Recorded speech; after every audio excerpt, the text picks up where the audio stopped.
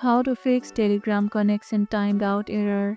The connection timed out error happens when Telegram tries to connect but the server takes too long to respond. Check your internet connection first by toggling Wi-Fi or mobile data off and on. Restart your device if needed to refresh network settings. If you are using a VPN or proxy, disable it because this can delay or block Telegram's connection attempts. Clearing Telegram's cache can fix corrupted temporary files that cause delays. You can do this from the mobile settings. If these steps don't help, try uninstalling and reinstalling Telegram to ensure you have the latest version and no corrupted files. Keep in mind that Telegram servers can sometimes experience high traffic or temporary outages.